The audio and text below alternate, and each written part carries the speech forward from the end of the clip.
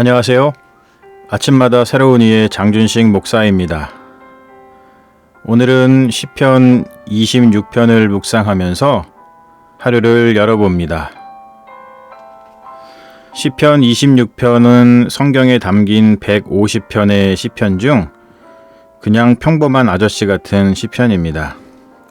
읽고 나도 별로 기억에 남지 않는 시편인데요. 탄원시로서 특별하게 기억에 남는 시는 아닙니다. 마음에 남는 멋진 구절이 있지도 않습니다. 그런데 저는 개인적으로 시편 26편을 읽고 나니까 윤동주의 서시가 떠올랐습니다. 죽는 날까지 하늘을 우러러 한 점 부끄러움이 없기를 잎새에 이는 바람에도 나는 괴로워했다. 다윗의 시라고 알려진 이 시편을 읽으며 다윗의 마음과 윤동주의 마음이 오버랩 되는 것 같았는데요. 질곡이 많은 시절을 살았던 윤동주가 부끄러움 없이 살기를 바랐던 것처럼 파란만장한 삶을 살았던 다윗도 부끄러움 없이 살기를 바랐던 그 마음이 느껴졌기 때문입니다. 부끄러움 없이 살아가는 일은 쉽지 않죠. 나의 의도와 상관없이 우리는 살면서 부끄러울 때가 많이 있습니다. 그 부끄러움을 바깥으로 표출하지 않을 뿐이지 우리는 홀로 있는 시간에 부끄러움 때문에 잠 못 이룰 때가 많죠.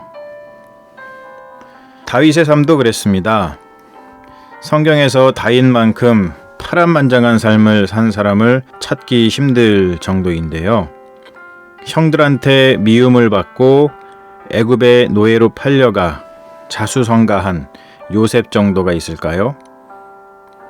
다윗은 왕이었고 주변 나라들과 하루가 멀다 하고 전쟁을 벌인 터라 주변에 원수가 널려 있었습니다.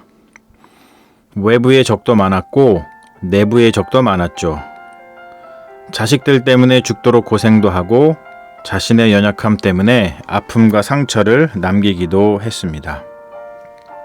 그런데 시편 26편을 보면 다윗은 하나님에게 이러한 요청을 하고 있습니다. 내가 나의 완전함에 행하였사오며 흔들리지 아니하고 여호와를 의지하였사오니 여호와여 나를 판단하소서. 여호와여 나를 살피시고 시험하사 내 뜻과 양심을 단련하소서.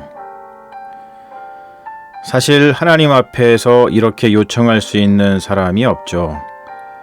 자기 자신을 들여다보면 부끄러움 천지인데 하나님께 나는 진실하게 살아왔다고 나를 시험해 보시고 내 마음과 생각을 샅샅이 살펴보라고 말할 수 있는 사람이 아마 없을 겁니다. 그런 점에서는 다윗도 마찬가지인데요. 그렇다면 다윗은 지금 무슨 말을 하고 있는 것일까요? 부끄러움도 없는 사람이기에 뻔뻔하게 하나님 앞에서 그러한 요청을 하는 것일까요? 우리는 여기서 중요한 것을 알아야 하는데요. 다윗이 의지하고 있는 것은 자신의 의로움이 아니라 하나님의 헤세드, 인자로 번역되고 있는 하나님의 언약적 사랑입니다. 악인과 의인의 차이가 여기서 발생을 하죠. 악인은 하나님의 언약적 사랑을 믿지 않는 사람입니다. 의인은 죄를 하나도 짓지 않는 사람이 아니라 죄 가운데 있을지라도 하나님의 언약적 사랑을 믿는 사람이죠. 그래서 의인은 어느 순간에서도 자신의 의로움이 아니라 하나님의 언약적 사랑에 기대어 하나님의 구원을 간구합니다. 다윗은 이렇게 말하고 있습니다. 내가 주의 진리 중에 행하여 허망한 사람과 같이 앉지 아니하였사오니 간사한 자와 동행하지도 아니하리이다. 내가 행악자의 집회를 미워하오니 악한 자와 같이 앉지 아니하리이다. 시편 26편에서 시인은 세상의 두 무리를 상정하고 있는데요. 하나는 행악자의 무리이고 다른 하나는 주님께서 계신 집과 주의 영광이 머무는 곳을 사랑하는 의인의 무리입니다. 시인은 행악자의 집회를 미워한다고 말하고 있고 하나님을 사모하는 사람들의 집회는 사랑한다고 말합니다. 이게 무슨 뜻일까요? 임마누엘 칸트라는 철학자가 있는데요. 그의 묘비명에는 이런 문구가 써 있다고 합니다. 생각하면 할수록 놀라움과 경건함을 주는 두 가지가 있으니 하나는 내 위에 항상 반짝이는 별을 보여주는 하늘이며 다른 하나는 나를 항상 지켜주는 마음속의 도덕률이다. 이것을 줄여 흔히 하늘엔 빛나는 별, 내 마음엔 도덕률이라고 말하죠. 칸트는 우리 인간의 마음 속에는 우리의 행위를 결정하는 어떠한 도덕률이 하늘에 떠 있는 별처럼 자연 법칙처럼 박혀 있다고 보았습니다. 도덕은 강제된 것이 아니라 인간이 지니고 있는 본성이기 때문에 도덕적으로 행하는 것 자체가 인간의 자유라고 보았죠. 그래서 그는 옳은 것이 좋은 것보다 먼저라고 생각했습니다. 옳은 것이 좋은 것보다 먼저다. 참 멋진 말이죠. 사실 지금 우리가 살고 있는 세상은 넓게 봐서 좋은 것과 옳은 것이 싸우고 있습니다. 그래서 우리는 흔히 이런 말을 하죠. 네가 좋아하는 것을 해. 여기에는 이런 명제가 깔린 것입니다. 내가 좋아하는 것이 옳은 것이다. 그런데 칸트는 그러한 현대인들의 생각에 제동을 거는 것이죠. 아니다. 좋아하는 것이 먼저가 아니라 옳은 것이 먼저다. 어떠세요? 참 쉽지 않죠? 여러분들은 좋은 것을 행하고 계신가요? 아니면 옳은 것을 행하고 계신가요? 판단하기 쉽지 않죠?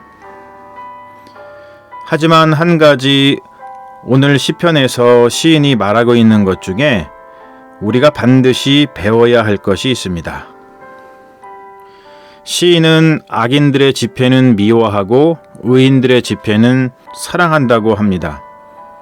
악인들의 집회를 미워한다는 말은 악인들의 가치관을 혐오한다는 뜻이고 의인들의 집회를 사랑한다는 말은 하나님 아버지를 향한 경건한 애정을 사모한다는 뜻입니다. 우리의 마음을 한번 살펴보면 좋겠습니다. 우리는 무엇을 좋아하는지, 우리는 옳은 것을 갈망하는지, 혹시 악인들의 가치관에 마음이 미혹되고 있는 것은 아닌지, 좋은 게 좋다는 식으로 마음의 양심을 가차없이 버리고 있는 것은 아닌지. 적어도 우리 안에 두 가지의 마음이 공존하면 좋겠는데요. 악인들의 가치관을 미워하는 마음과 하나님 아버지를 향한 경건한 애정을 사모하는 마음. 악인들의 가치관을 미워하는 마음과 하나님 아버지를 향한 경건한 애정을 사모하는 마음. 이 두 가지의 마음이 공존한다면 우리도 윤동주처럼 고백할 수 있을 것입니다. 죽는 날까지 하늘을 우러러 한 점 부끄러움이 없기를 잎새에 이는 바람에도 나는 괴로워했다. 이런 마음이 하나님의 헤세드, 하나님의 언약적 사랑에 기대어 살아가는 부족하지만 경건한 의인의 마음이라고 믿습니다. 여러분, 좋은 하루 되세요.